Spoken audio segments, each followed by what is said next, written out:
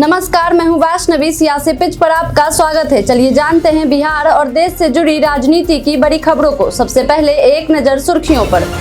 खुद को भगवान का दूत बताने पर आरजेडी ने कहा पीएम को अस्पताल जाने की जरूरत। मुस्लिम आरक्षण पर पीएम मोदी ने कांग्रेस और ममता बनर्जी पर साधा निशाना।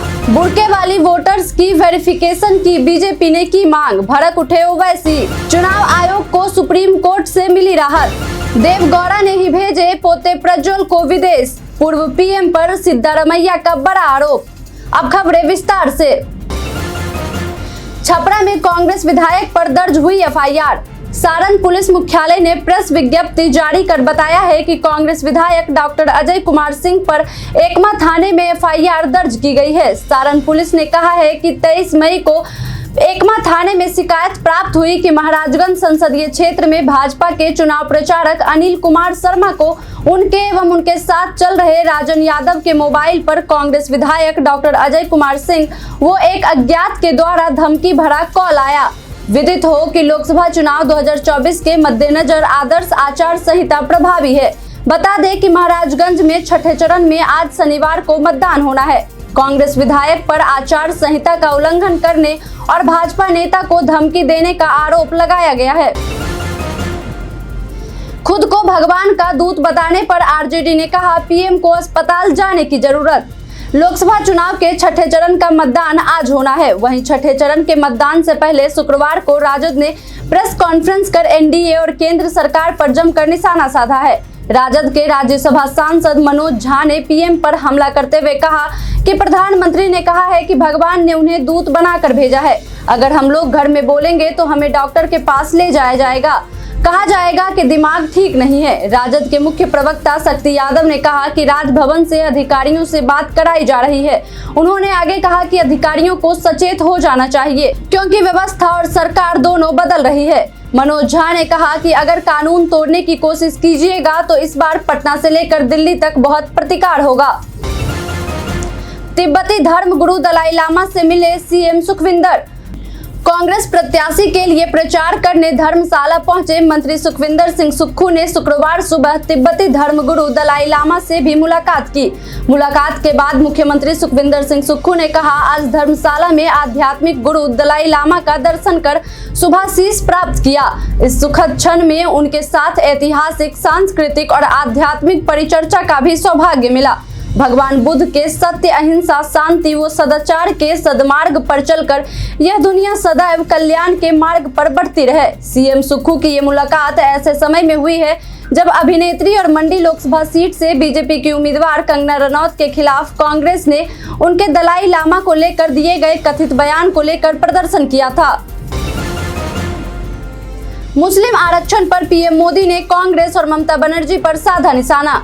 प्रधानमंत्री नरेंद्र मोदी ने पश्चिम बंगाल की मुख्यमंत्री ममता बनर्जी और कांग्रेस पर ओबीसी के आरक्षण को लेकर निशाना साधा है। पीएम मोदी ने शिमला में चुनावी रैली करते हुए शुक्रवार को कहा इंडी गठबंधन की साजिश का ताजा उदाहरण पश्चिम बंगाल में सामने आया है। 2 दिन पहले ही कलकत्ता हाईकोर्ट ने 77 मुस्लिम जातियों के आरक्षण को खत्म कर दिया। उन्होंने आगे कहा कि मुसलमानों की कई जातियों को इंडी गठबंधन वालों ने ओबीसी बना दिया था और ओबीसी का हक उनको दे दिया था। ऐसा करके इंडी गठबंधन ने ओबीसी के हक पर डाका डाला और संविधान की धज्जियां उड़ा दी। रेव पार्टी मामले पर बीजेपी ने कर्नाटक कांग्रेस सरकार पर बोला हमला। बीजेपी ने राज्य में बिगड़ती कानून व्यवस्था को देख ये बयान दिया है। कर्नाटक में सिद्धारमैया के नेतृत्व वाली कांग्रेस सरकार पर निशाना साधते हुए बीजेपी ने सिलिकॉन सिटी को उड़ता बेंगलुरु कहा है। उन्होंने कहा अब ये शहर मादक पदार्थों और रेप पार्टियों के लिए अड्डा बनता जा रहा है। मालूम हो कि बेंगलुरु के फार्म हाउस में एक रेप पार्टी हुई जिसमें कथित तौर पर एक तेलुगु फिल्म एक्ट्रेस सहित 86 लोग शामिल हुए थे। बुर्के वाली वोटर्स की वेरिफिकेशन की बीजेपी ने की मांग, भड़क उठे ओवैसी। भारतीय जनता पार्टी ने बुर्के में वोटिंग के लिए आने वाली महिलाओं की उचित वेरिफिकेशन की चुनाव आयोग से मांग की है। भाजपा के इस कदम पर AIMIM प्रमुख असदुद्दीन ओवैसी भड़क उठे हैं। उन्होंने आरोप लगाया है कि भाजपा मुस्लिम औरतों को परेशान कर रही है। ओवैसी ने कहा कि जब पहले से ही घूंघट और बुर्के में होने पर जांच है तो भाजपा ऐसी डिमांड क्यों कर रही है। ओवैसी ने एक्स पर लिखा, तेलंगाना में पिछले दिनों हुए लोकसभा के मतदान के दौरान इनके उम्मीदवार ने मुस्लिम औरतों की सरेआम बेइज्जती की और परेशान करने का काम किया।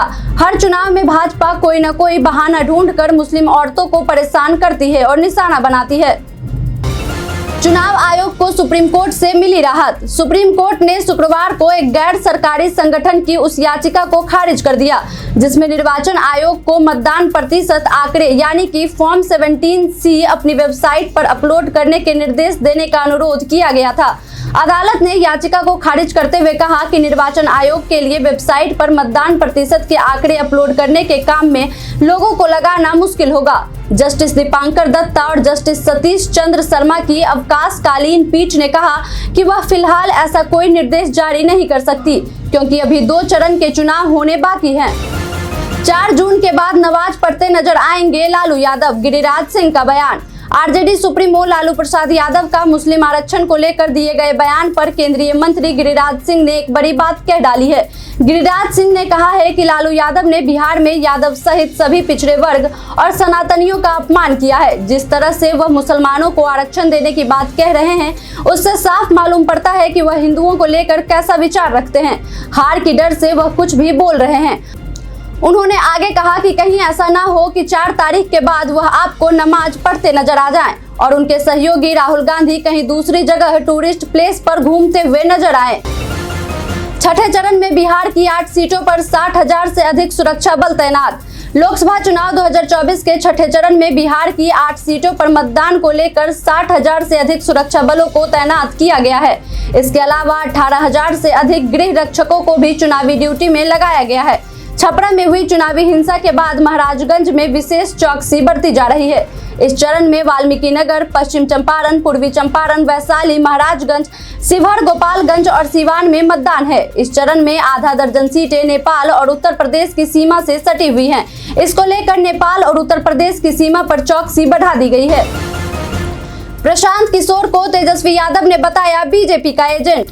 जन सुराज के संस्थापक और चुनावी रणनीतिकार प्रशांत किशोर को आरजेडी नेता और पूर्व डिप्टी सीएम तेजस्वी यादव ने बीजेपी का एजेंट करार दिया है और कहा है कि जब भाजपा हारने लगी तो तीसरे चौथे चरण के चुनाव के बाद उनसे माहौल बनाने के लिए बुलवाना शुरू कर दिया। वे भाजपा की मानसिकता के आदमी हैं। भाजपा इनको घुमा रही है और फंड दे रही है। तेजस्वी यादव ने प्रशांत किशोर और बीजेपी पर हमला बोलते हुए उस वीडियो का भी जिक्र किया जिसमें नीतीश कुमार ने कहा था कि प्रशांत किशोर को पार्टी का राष्ट्रीय उपाध्यक्ष हम अमित शाह के कहने पर बनाए हैं। तेजस्वी ने कहा कि ये तो शुरू से ही बीजेपी के रहे हैं।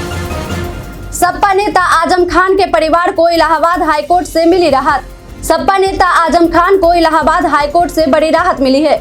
उनके बेटे अब्दुल्ला और पत्नी तंजीम फातिमा को भी कोर्ट ने राहत दी है। इलाहाबाद हाईकोर्ट ने 2 जन्म प्रमाण पत्र वाले मामले में सजा के खिलाफ पूर्व मंत्री मोहम्मद आजम खान, उनके बेटे अब्दुल्ला आजम खान और पत्नी तंजीम फातिमा की जमानत मंजूर कर ली है और आजम खान की सजा का आदेश स्थगित कर दिया है।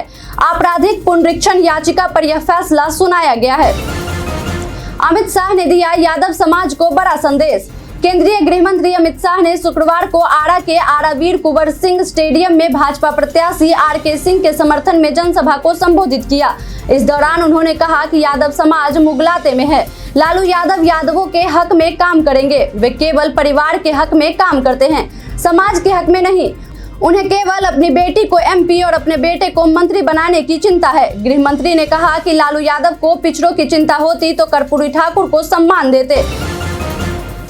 नीतीश के मंत्री का मुकेश सहनी पर बड़ा खुलासा।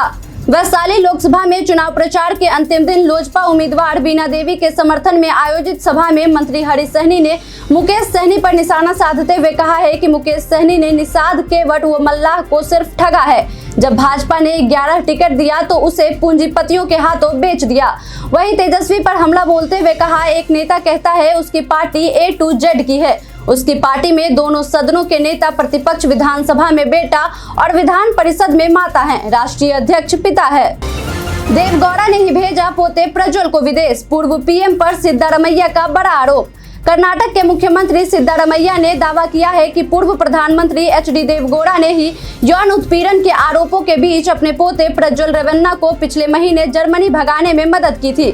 सिद्धारमैया का चौंकाने वाला बयान ऐसे समय में आया है जब पूर्व प्रधानमंत्री एच.डी. देवेगौड़ा ने अपने पोते और पार्टी के निलंबित सांसद प्रज्वल रेवन्ना को कड़ी चेतावनी जारी की और देश लौटकर यौन उत्पीड़न के आरोपों की जांच का सामना करने को कहा है। सिद्धारमैया ने कहा, मुझे लगता है कि देवेगौड़ा ने खुद प्रज्वल को भेजा था। अब उनके द्वारा लिखा गया पत्र केवल जनता की सहानुभूति के लिए है। 4 जून को बदल जाएगी केंद्र सरकार, शशि थरूर का बड़ा दावा। कांग्रेस सांसद शशि थरूर ने शुक्रवार को दावा किया कि 2024 के लोकसभा चुनाव के 5वें चरण के मतदान के बाद देश भर में विपक्षी इंडिया गठबंधन के लिए रुझान बेहद उत्साहजनक है।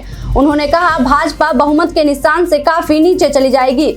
उन्होंने कहा, हम इंडिया गठबंधन द्वारा जीती जाने वाली सीटों की संख्या का उल्लेख नहीं करने जा रहे हैं, लेकिन मैं कहूंगा कि जो रुझान हम देख रहे हैं वह इंडिया गठबंधन के लिए बेहद उत्साहजनक है। अब बढ़ते हैं आज के सवाल की ओर। आज का सवाल है कि अब तक हुए लोकसभा चुनाव में आपको एनडीए गठबंधन या इंडिया गठबंधन में किसका पलड़ा भारी लग रहा है? आप अपना जवाब हमें हमारे कमेंट सेक्शन में लिखकर जरूर बताएं। आज के लिए इतना ही, धन्यवाद।